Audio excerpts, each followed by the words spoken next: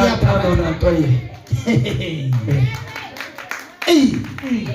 Kila aliyekuloga anakufa bila kuoga.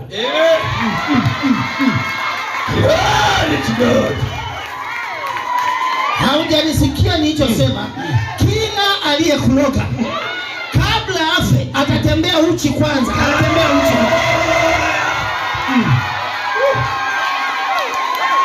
Amen.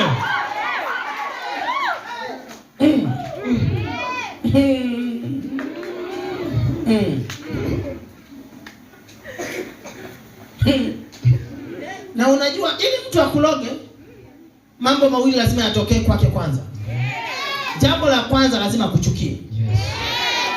Hatua ya kwanza ya uchawi ni chuki. Alafu jambo la pili akuonee wivu. Ukishafika kwenye wivu, umefika kwenye hatua ya pili ya uchawi. Hatua ya tatu ni kuanza kuloga. Sasa maandiko yanasema kwenye Kumbukumbu la Torati 7:15. Ndio. Na Bwana atakuondolea ugonjwa wote. Atakuondolea ugonjwa wa aina ngapi? Wote. Ugonjwa ngapi? Wote. Ugonjwa moja? Hapana. Ugonjwa wawili? Hapana. Ugonjwa tatu? Hapana. Ugonjwa nne? Hapana. Ugonjwa ngapi unaondolewa? Wote. Wala hatatia juu yako maradhi yoyote ambayo uyajuayo ya Misri, lakini atayaweka juu ya wote wa kuchukia.